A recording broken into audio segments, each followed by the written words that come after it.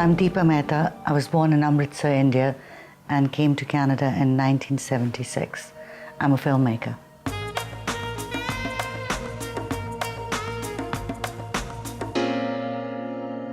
My idea of perfect happiness, I guess, is perfect weather.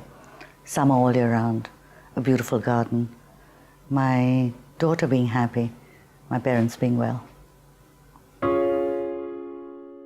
My greatest fear is getting old in Canada and living in an old people's home and nobody coming to visit. The person I most admire who's living is perhaps my mother. Not perhaps, definitely my mother. She is such a kind and an even, emotionally even person. And I'm sort of volatile and all over the place. So it's a quality that I really respect in her. The dead person I most admire is perhaps the filmmaker Satyajit Ray.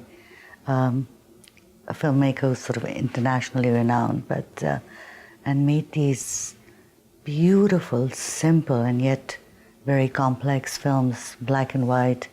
One of the greatest, perhaps, humanitarian filmmakers in the world. He died about 6 years ago, and I just think he's brilliant.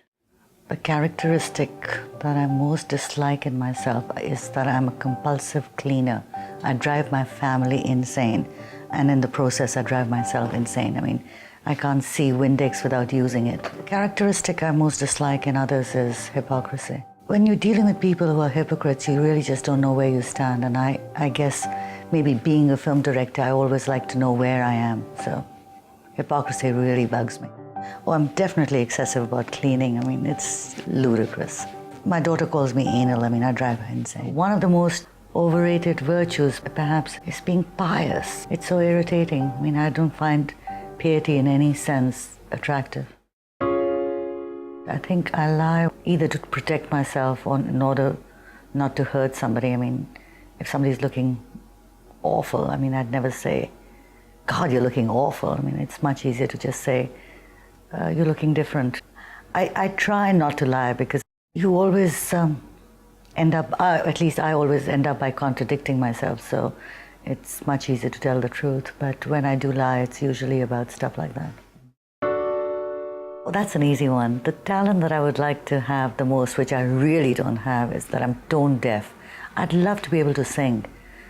You know, when people just sort of burst into song and they can actually carry a tune, I just go green with envy. What challenges me the most as a filmmaker is probably to keep that level of commitment and enthusiasm right till the minute the film is released. So from the inception of the film to its completion, it's really important to feel passionately throughout every phase of making a film. But it's also very difficult to keep that enthusiasm and passion up. Helplessness, whether it's mine or somebody else's, and I can't do anything to alleviate their pain, or they can't do anything to alleviate my helplessness, that's pretty bad, yeah. That's worthy of despair. I don't think that there's one moment that's been the happiest. You know, you have a perfect take and a perfect performance by an actor, and that makes me incredibly happy. I just finished a film where I was working with an 8-year-old girl, and we didn't share the same language at all, and I had to direct her, miming stuff most of the time. And she was so great and so good that each time that she, you know, actually said the lines, and she'd just learned them by rote and made the perfect delivery, I was really, really happy. I've been happy when the flight lands in New Delhi and I can smell Delhi. I'm happiest also when I'm with my family. There's no thing that I would like to come back as after I die, or no person that I would like to come back as. Life is complicated enough without wanting to relive it, whether it's in somebody else's shoes or in something else. I'm not interested, no. It's so crazy being a filmmaker. I mean, our lives are all over the place that sometimes I just long for 5-day week, you know, weekends off, 9-to-5 job. So maybe a bank teller. Yeah. You get your paycheck every week. Must be great. I'm being facetious, of course. My father was a film distributor, so I sort of spent a lot of time in movie halls even when I was a little kid. So I perhaps saw my first film when I was about 6 or 7, and I liked it so much that I must have seen it about 40 times. And I remember asking my father, how does this all work, and how are all these people on the screen? And he said, the reason they're doing what they're doing is because the person is telling them to do that. And I said, who is that person? And he said, the person's called a director. And I said, apparently, that's what I want to be. So it's been wanting to be a film director for a long time.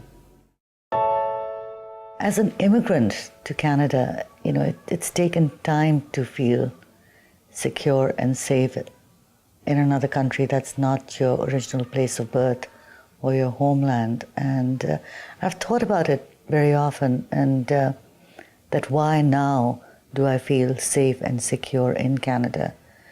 And I guess I feel safe and secure in Canada now because there's something about feeling a part of a people or a part of a country that makes you feel one with it. So I guess it's about feeling at home, and that's what makes me feel secure. Oh, the most satisfaction, is actually to see my daughter happy. That's a huge satisfaction. Professionally, it's to see a film completed and released, yes. I've been told it's my eyes. I don't know, so perhaps it is. What do you think it is? If somebody could give me an award for having lived your life with dignity and honesty and to the best of your ability, that's the award I would like to get. My favorite food is Indian food. I love Indian food. My mother's a great cook. Anything she cooks, it's not just about curries, it's about really simple Indian vegetarian food. Nothing like it.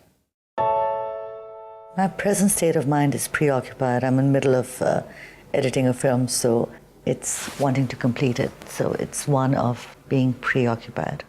My personal motto is, in the immortal words of Scarlett O'Hara, tomorrow is another day.